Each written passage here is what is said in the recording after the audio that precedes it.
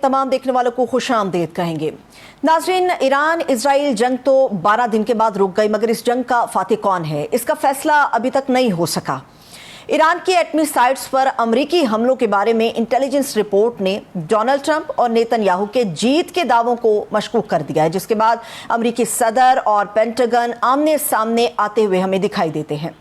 Trump کا دعویٰ یہ ہے کہ امریکی حملوں میں ایرانی ایٹمی سائٹس کو مکمل تباہ کر دیا گیا تھا، جبکہ امریکی ڈیفنس انٹیلیجنس ایجنسی کی رپورٹ یہ انکشاف کرتی ہے کہ امریکی حملے میں جوہری تنصیبات تباہ ہوئیں، نہ ہی مرکزی ڈھانچے کو کوئی نقصان پہنچا۔ یہی نہیں، ان حملوں میں سینٹریفیوجز بھی محفوظ رہے۔ اس رپورٹ کے مطابق امریکی حملوں نے ایران کے جوہری پروگرام کو صرف چند ماہ پیچھے دھکیلا ہے، لیکن ڈونلڈ ٹرمپ نے اس رپورٹ کو ماننے سے صاف انکار کر دیا ہے۔ یہاں ایران کا ماننا یہ ہے کہ امریکہ کو اس جنگ سے کچھ حاصل نہیں ہوا، جس کی تصدیق IAEA کے سربراہ رافیل گروسی بھی کرتے ہیں کہ ایران نے حملے سے پہلے ہی افزودہ یورینیم کو محفوظ کر لیا تھا۔ دوسری طرف ایران نے نہ صرف اپنا ایٹمی پروگرام دوبارہ سے شروع کرنے کا اعلان کیا ہے، بلکہ دنیا کے جوہری پروگرام کو مانیٹر کرنے والے اقوام متحدہ کے ادارے IAEA سے تعاون کو بھی سسپینڈ کر دیا، یعنی اب IAEA ایران کے ایٹمی پروگرام کو مانیٹر نہیں کر سکے گا۔ یہاں پر سوال یہ بھی ہے کہ ایران اسرائیل جنگ کے بعد ایران اور امریکہ کے درمیان جو بیانیے کی جنگ شروع ہو چکی ہے، یہ آگے جا کر کتنی خطرناک ہو سکتی ہے۔ جیسے ایران کہہ رہا ہے کہ اس کے ایٹمی اثاثے محفوظ ہیں، کیا یہ نقطہ اسرائیل اور امریکہ کو دوبارہ سے ایران پر حملہ آور ہونے کا جواز فراہم کر سکتا ہے؟ کیونکہ جنگ شروع ہی اس بات سے ہوئی تھی کہ ایران اپنے جوہری پروگرام کو سرنڈر کرنے سے انکاری تھا، اور یہی بات اسرائیل اور امریکہ کو گوارا نہیں تھی کہ ایران نیوکلیئر پاور بنے۔ سوال یہ بھی اٹھتا ہے کہ ایران کی طرف سے IAEA کے ساتھ تعاون ختم کرنا کیا ایران کے لیے مزید مشکلات کو کھڑی کر سکتا ہے؟ کیا ایسے میں ایران اور امریکہ دوبارہ سے مذاکرات کی ٹیبل پر بیٹھ سکتے ہیں، جس کا اشارہ امریکی صدر ڈونلڈ ٹرمپ دے چکے ہیں کہ اگلے ہفتے ایران اور امریکہ کے درمیان براہ راست مذاکرات ہوں گے؟ مگر ایرانی وزیر خارجہ عباس عراقچی اس بات کی تردید کر رہے ہیں کہ امریکہ سے کوئی معاہدہ نہیں کرنے جا رہے۔ ناظرین، آپ کو یہ بھی یاد ہوگا کہ اس سے پہلے بھی امریکی صدر نے ایران پر حملے کے لیے 15 دن کی ڈیڈ لائن دی، مگر جب وہ یہ ڈیڈ لائن دے رہے تھے تو عین اسی لمحے امریکی جیٹس، جنہیں B-2 کے نام سے دیکھا جاتا ہے، وہ ایران کی نیوکلیئر سائٹس پر حملوں کے لیے نکل چکے تھے۔ اسی طرح ٹرمپ نے 2018 میں ایران کے ساتھ ایٹمی پروگرام پر معاہدہ بھی یک طرفہ طور پہ ختم کر دیا تھا۔ اب سوال یہاں پر یہ بھی اٹھتا ہے کہ کیا ایران دوبارہ سے امریکہ پر ٹرسٹ کرنے کا رسک لے گا؟ ایران اسرائیل کے درمیان سیز فائر کا آخر مستقبل ہے کیا؟ اسی پر ہم بات کرنے جا رہے ہیں، اور ہمارے معزز مہمان کا تعارف بھی میں آپ دیتی ہوں۔ سابق سفیر جمیل احمد صاحب ہمارے ساتھ موجود ہیں۔ سر، آپ کے وقت کے لیے بے حد شکریہ۔ سر، مجھے یہ بتائیے گا کہ ہمیں یہ اندازہ ہو رہا تھا کہ شاید اب سیز فائر ممکنہ طور پہ ہو گیا، مذاکرات ہونے جا رہے ہیں، لیکن ہم جانتے تھے کہ ایران نے ان مذاکرات کو خوشائند قرار نہیں دیا۔ میرا سوال آپ سے یہ ہے کہ جب سپریم لیڈر آیت اللہ خامنہئی نے اپنا پیغام ریلیز کرایا کہ امریکہ کے سامنے گھٹنے نہیں ٹیکیں گے اور ہماری جوہری تنصیبات محفوظ ہیں، ڈونلڈ ٹرمپ مبالغہ رائے سے کام لے رہا ہے، تو کیا ہم یہ سمجھ لیں کہ مذاکرات کی ٹیبل تو بعد میں سجے گی، مگر یہ جو بنکر بسٹر کا دور ہم نے دیکھ لیا کچھ دن پہلے، یہ دوبارہ سے دہرائے جانے کے امکانات ہیں؟ آپ کیا سمجھتے ہیں؟ اس کو 2 سٹیجز میں دیکھ لیتے ہیں نا۔ پہلا اس کا پولیٹیکل سٹیج ہے، دوسرا اس کا ٹیکنیکل سٹیج ہے۔ پولیٹیکل بیان ڈونلڈ ٹرمپ کی طرف سے آ گیا کہ ہم نے بالکل تباہ و برباد کر دیا، اور بنکر بسٹرز ہمارے پائلٹس کی یہ تہذیب ہے، اگر ہم کہیں کہ اس سے کوئی تباہی نہیں ہوئی ہے، اور یہی بتانا چاہتے ہیں ڈونلڈ ٹرمپ پولیٹیکلی اپنی قوم کو کہ جی ہماری ظاہر ہے سب سے بڑی قوت ہے جو وہ ہے دنیا کی ملٹری قوت، تو انہوں نے بتانا چاہا کہ ہمارے پاس بنکر بسٹر ہیں جو کہ واقعی میں دنیا میں کسی اور کے پاس نہیں ہے، اور یہ B-2 بمبر جو اسٹیتھ ہیں، جو نظر نہیں آتے ہیں، ڈیٹیکٹ نہیں ہوتے ہیں ریڈارز کو، یہ بھی بات درست ہے، کسی اور ملک کے پاس نہیں ہے۔ تو وہ اس طاقت کا سرچشمے کا ایک سربراہ ہے جو کہ ڈونلڈ ٹرمپ ہے، جو درست ہے، اور وہ ایک طاقتور ملک کا سب سے طاقتور صدر ہے، تو ظاہر ہے وہ نیریٹو پولیٹیکل تو اسی قسم کا بنے گا۔ اندرون خانہ جو بیک چینل سے کافی کام ہوتا رہا ہے، ایران اور امریکہ کی جو گفتگو ہوئی اور اس کے بعد جو جنگ بند ہوئی ہے، یہ صرف آن دا فیس جس طرح نظر آ رہا ہے پرائما فیسی، یہ اس طرح نظر نہیں، یہ نہیں ہے۔ اس میں عمان، اس میں ترکی، اس میں سعودی عرب، اس میں بہت سارے ملکوں کا کردار ہے جو کہ کمیونیکیشن، اور یاد رہے کہ پاکستان کا سفارت خانہ واشنگٹن میں جو ہے وہ ایران کو بھی ریپرزینٹ کرتا ہے، یعنی ایران کی نمائندگی بھی، کیونکہ ایران کا اپنا سفارت خانہ نہیں ہے، تو بڑی ڈپلومیٹک کمیونیکیشن بیچ میں آ جاتے ہیں۔ دوبارہ اس کی جو پولیٹیکل بیان ہے درست ہے، اور پولیٹیکل بیان جو کہ سپریم لیڈر کا ہے وہ بھی درست ہے کہ یہ ایک تماچا ہے یو ایس کی طرف سے۔ عام حالات میں اگر یہ بیان آتا اور یہ آتا اور باقی اپنے قومی وقار کے لیے انہوں نے کہا کہ جی ملٹری اسٹرینتھ ہماری ہے، میزائلز ہمارے جو ہیں ملٹی لیئرڈ، جو کہ درست ہے، ملٹی لیئرڈ ڈیفنس سسٹم کو اسرائیل کو چیرتے ہوئے اسرائیل کی تباہی کی، جو کہ درست ہے۔ اسرائیل کبھی سوچ نہیں سکتا تھا، کبھی اسرائیل نے ماضی میں دیکھا ہی نہیں تھا کہ لوگ جونک ایئرپورٹ کی طرف بھاگ رہے ہوں، ملک چھوڑ رہے ہوں۔ 9 ملین کی آبادی ہے، 2 ملین مسلمان ادھر فلسطینی ہیں شہری اسرائیل کے، تقریباً 5 لاکھ کے قریب جب سے یہ سلسلہ شروع ہوا، 2 لاکھ اس وقت چلے گئے، بھاگ گئے اسرائیل سے اسی خطرات کی وجہ سے، 3 لاکھ اس سے پہلے بھاگے تھے غزہ کے بعد۔ جمیل صاحب یہ بات تو واضح ہے کہ ایران نے اپنی برتری ثابت کی ہے اس جنگ میں، اس نے کس نے کیا کھویا کیا پایا، لیکن یہ نظر آیا کہ ایران نے اپنی برتری ثابت کی ہے۔ سوال ابھی بھی یہی ہے کہ اگر ایران کی طرف سے یہ کہا جاتا ہے کہ جی ہم نے جوہری تنصیبات محفوظ ہیں، ہم دوبارہ سے یورینیم افزودہ کریں گے، تو ایسی صورت میں کیا دوبارہ سے مڈل ایسٹ کے اندر آپ وہی حالات بنتے ہوئے دیکھ رہے ہیں جو چند روز پہلے تھے؟ کیونکہ امریکہ تو پہلے ہی تھریٹ کر چکا کہ اگر یہ ایسا ہوگا تو ہم دوبارہ سے حملہ کر دیں گے، اٹیک کریں گے ہم۔ جب تک امریکہ کے ساتھ ڈپلومیٹک بیک چینل سے بات چیت چلتی رہے گی، میرا اپنا تجزیہ ہے، ٹائم بڑا کم ہے، تو اس میں یہ بات جا کے پہنچے گی 3.7 افزودگی پر، 60% افزودہ شدہ ان کے پاس یورینیم ہے، اس کو کوئی نقصان نہیں پہنچا ہے۔ IAEA کی اس میں رپورٹ ہے، اس میں اور ان کی اپنے انٹیلیجنس کی رپورٹ ہے، تو اس کو نقصان نہیں پہنچا ہے۔ اگر اس کو نقصان پہنچا تو ہوتا تو کنٹیمینیشن ہوتی، IAEA کے پاس وہ ذرائع ہیں کہ اس کو اندازہ ہو جاتا کہ کیا کنٹیمینیشن ہے، اور اگر زیادہ اس پہ بلاسٹ کوئی ہوتا تو کنٹیمینیشن اس حد تک ہو جاتی کہ تمام گلف کے کنٹریز کے پانی پینے کو نہیں ملتا، کیونکہ ساری کی ساری ڈیسیلینیشن پلان انہی سمندروں سے، اسی راستوں سے جاتا ہے۔ تو خیر وہ تو بات ایک ٹیکنیکلی جو ہے بات درست ہے کہ پورا نقصان نہیں پہنچا ہے۔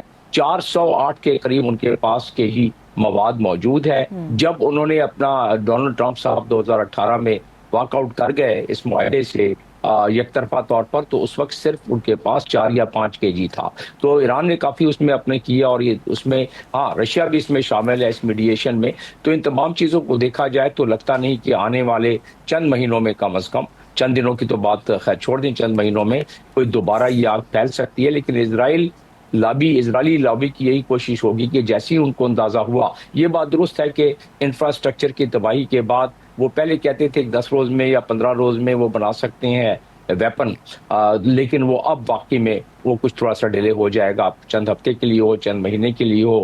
ایرانی قوم بڑی ایک ریزالو والی قوم ہے، مضبوط قوم ہے، وہ اس میں دوبارہ اس کو جلد سے جلد کر سکتی ہے۔ تو جیسے وہ دیکھیں گے کہ اگر یہ ویپن گریڈ پر آنے والے ہیں یا بنانے والے ہیں، ان کی انٹیلیجنس ہے موساد کی، CIA کی، تو اس وقت پھر یقیناً یہ آگ دوبارہ بھڑک سکتی ہے۔ اچھا جمیل صاحب، ابھی ایک اور بھی جس طرف آپ اشارہ کر رہے ہیں، ابھی ایک اور بھی جو چیز ہمیں پریشان کرنے کے لیے کافی ہے، وہ یہ کہ روسی وزیر خارجہ نے آج ہی کے دن ایک پریس کانفرنس بھی کی ہے، اور انہوں نے یہ بتایا ہے کہ جس دن ایران پہ حملہ ہوا ٹھیک اس سے ایک دن پہلے، یہ ہم سب جانتے، پوری دنیا جانتی ہے کہ IAEA نے ایران کے مخالفت میں ایک قرارداد بھاری اکثریت سے منظور کی تھی، اور اس سے ویری نیکسٹ ڈے ایران کے اوپر بلا اشتعال جو ہے وہ جارحیت شروع ہو گئی، حملے شروع ہو گئے اسرائیل کی طرف سے۔ ابھی جو نیو یارک کی رپورٹ ہے، CNN کی رپورٹ ہے، یا امریکہ کی اپنی جو ڈیفنس انٹیلیجنس کی رپورٹس ہیں، سیٹلائٹ ویژولز ہیں جو ڈونلڈ ٹرمپ کو پیش کیے گئے، اور اس میں بتایا گیا کہ آپ جن چیزوں کے اوپر کلیم کر رہے ہیں وہ سب چیزیں محفوظ ہیں، انہیں جزوی طور پہ نقصان پہنچا، مکمل تباہ نہیں کیا۔ پہلے بھی پینک کے اندر آ کے، ایک قرارداد کے پینک میں آ کے ان لوگوں نے ایران پہ اٹیک کیا، ان ممالک نے مل کے۔ تو ابھی آپ کو لگتا ہے کہ ڈونلڈ ٹرمپ ان تمام چیزوں سے، ان رپورٹ سے، ان ویژول سے دوبارہ سے پینک میں آ سکتے ہیں اور کوئی بھی ایسی سچویشن ڈیولپ ہو سکتی ہے؟ ڈونلڈ ٹرمپ اس معاملے میں مضبوط آدمی ہے، وہ ہینڈل کر جائیں گے اپنے اسٹیبلشمنٹ کو، کافی پریس کر کے انہوں نے رکھا ہوا ہے۔ اسٹیبلشمنٹ کا موقف جو بھی ہو، پولیٹیکل موقف جو ڈونلڈ ٹرمپ کا ہے، وہ میں سمجھتا ہوں پریویل کر جائے گا۔ ان کے ساتھ وہاں کی عوام کھڑی ہے، ابھی جب تک کہ عوام کھڑی ہے میں سمجھتا ہوں کہ وہ سلسلہ ایسے ہی رہے گا، اور اس وقت تینوں یہ کلیم کر سکتے ہیں کہ ہم جیت میں ہیں، ہم نے جیت کی ہے، اسرائیل بھی، ایران بھی اور امریکہ بھی، جو کہ ایک اچھی بات ہے ڈپلومیسی میں، اور محسوس ہوتا ہے کہ اس کی وجہ سے کوئی تھوڑا امن کچھ عرصہ چلے گا، جب تک کہ اسرائیلی لابی دوبارہ زور پکڑ دے اور دیکھے کہ ایران اب اتنا مضبوط ہو رہا ہے کہ اس کو دوبارہ کچھ اس کے پر ایکشن کیا جائے. ٹھیک ہے، لیکن سر یہ بھی تو ضروری ہے کہ سفارتکاری بھی آگے بڑھنی چاہیے، مذاکرات کی میز پہ ان تمام لوگوں کو مل کر آگے آنا چاہیے. لیکن جو عباس عراقچی صاحب ہے فارن منسٹر ایران کے، انہوں نے ایک ٹیلی ویژن انٹرویو ایک دیا RIIB کو، اور اس میں انہوں نے کہا کہ فی الحال جو مذاکرات کا موضوع ہے وہ ہمارے سوال کا حصہ نہیں ہے. اب دیکھنا یہ ہے کہ کیونکہ تینوں فریقین یہ دعویٰ کر رہے ہیں کہ ہم جیت چکے ہیں، لیکن مذاکرات کی میز پر کون آتا ہے اور اپنے کن شرائط کے اوپر آتا ہے، یہ چیز واضح کرے گی کہ ایران، اسرائیل اور امریکہ میں سے اصل جیت یا اصل برتری کس فریق کی ہے. ہمارے مہمان ہمارے ساتھ موجود تھے جمیل احمد صاحب، ان کے وقت کے لیے بہت شکریہ. اجازت دیجیے، اپنا بہت سا خیال رکھیے. خدا حافظ.